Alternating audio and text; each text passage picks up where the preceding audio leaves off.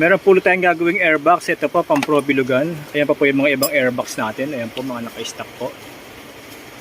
Ayan po yung mga ibang pyesa natin. Ayan. Ayan po. Gawin po natin, yan kasi mga butas yung mga ano na air filter. Ito po, meron tayong special paper. Ayan po yung ilalagay natin. Ayan po ginagawa ko. Pag makaya chinecheck ko po, hindi po yung galing sa baklas bigay.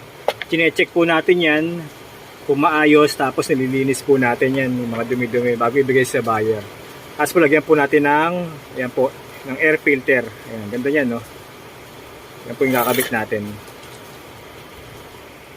Mamaya, check po natin pag nabuo na. Gagawin po natin yan. Ang kasama po nito, ito po driver, bilugan to. Wala pa po tayo ng pangtulisan pangtulisan na airbox.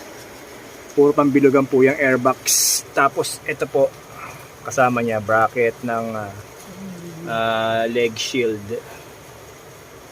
Tsaka ito, yung driver footrest. Bali shipping po to. Payment first.